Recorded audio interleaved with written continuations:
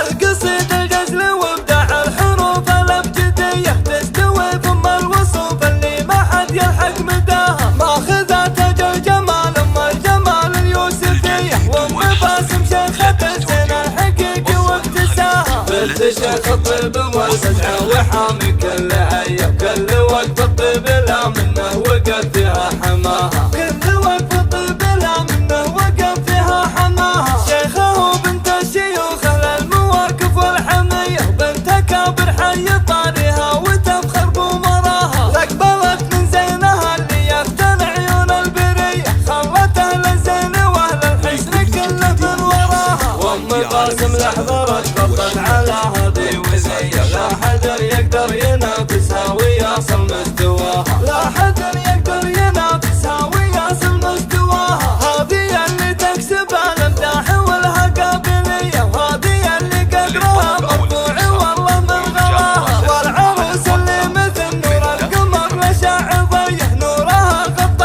على نور القصر كله ضياها يا عبير انت قمر نصف الشهر ما به زيه وانت الحوريه اللي زايد الربي حلاها وانت الحوريه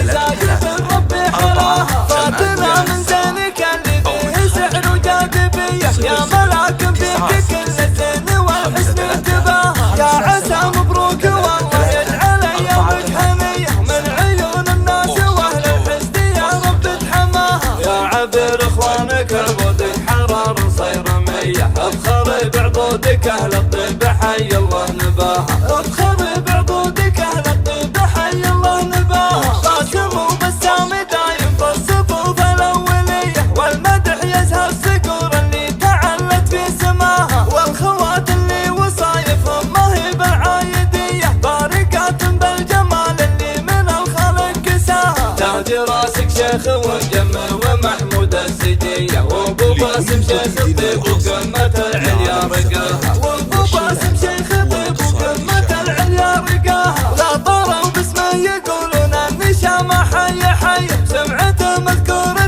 بالطيب وذعذع صداها يا الله انك ترحم اللي طيب قلبه طيب نيه تقبل الدعوات يا ربي من اللي له دعاها وعزوه الزبلانه التاريخ وافعال قويه وراوي التاريخ يرويها وكل قد قراها والله يديم الفرح